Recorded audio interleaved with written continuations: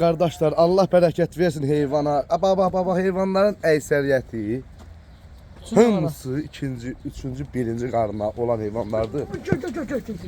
Hamısı qızıl yelin, yetiş şeylerdir. Baba qoyun içində 150 dənə bax belə var elə yetik. Allah kimlər alsa xeyrini versin. Bax bunların hamısı şişəkdir. Baba görürsən bax bu bozları, qomralları. Maşallah olsun. Süper toğullar da. Bunun hamısı keçən toğulu. Baba görürsən. Şişək toğul, hamısı 1-2. Ama hələ baba indi vurur şuraya. Gel buraya. Gel. Şişək. Allah kimlər alsa xeyrini versin aziz qardaş. Bax bunlar hamısı şişək. Baba.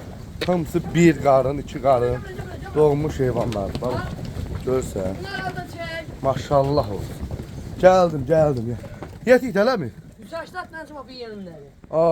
Ay yeti. Boşda. Sıra aynı əldən Baba bunları görürsünüz. Hamısı bunların 1-2-3'dür. Hamısı. Allah kimlər alsa xeyrini versin. İnşallah nömrəmizdə səhifədə var da zəng eləyin qardaşlar. Buyurun gəlin alın. Görsünüz.